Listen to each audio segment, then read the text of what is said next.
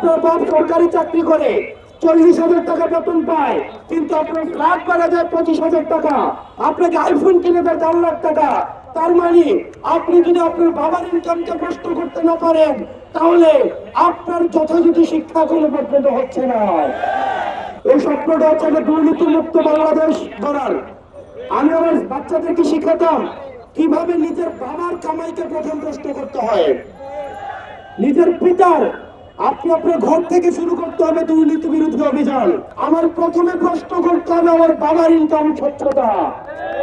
আমার বাবার ইনকামের স্বচ্ছতাকে যদি আমার প্রশ্ন করার সৎ সাহস থাকে, তাহলে আমি রাষ্ট্র ক্ষমতায় যারা আছে তাদেরকে আমরা প্রশ্ন করার সৎ সাহস আমরা অর্জন করতে পারবো।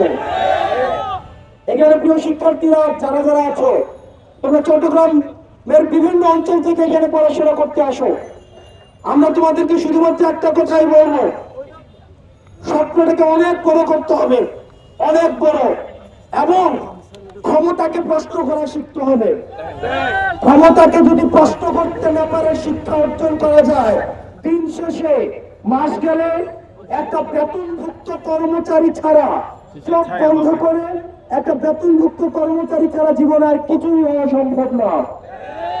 প্রিয় শিক্ষার্থীরা, তোমরা চেষ্টা করবো যতটা সম্ভব আমাদের আশেপাশের যে মানুষগুলো আছে তাদের সম্পর্কে আমরা নিজেদের মধ্যে আমরা যেন হচ্ছে দুর্নীতি, সামাজিক যে সমস্যাগুলো রয়েছে এই সমস্যাগুলো নিজেদের মধ্যে নিয়ে আমাদের কথা বলার চেষ্টা করা উচিত।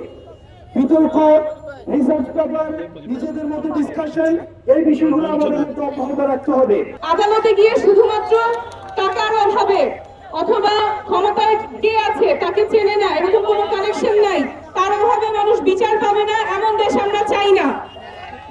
আমরা চাই এমন দেশ যেখানে যে কোনো সাধারণ নাগরিক তার ন্যায্য বিচার পাবে, রাষ্ট্রের কাছ থেকে তার ন্যায্য হিস্সা বুঝে নিবে।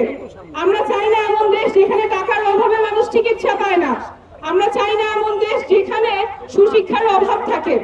আমরা একটা সুন্দর বাংলাদেশ করতে চাই যেখানে রাষ্ট্র নিজের নাগরিককে গুম করবে না, খুন করবে না। এই ন্যূনতম চাওয়াতে আমাদের সবাইকে এক থাকতেই হবে।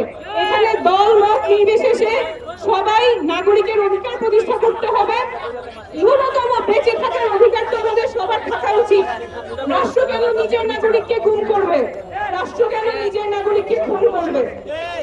এই অবস্থা থেকে আমাদের বের হয়ে আসতেই হবে।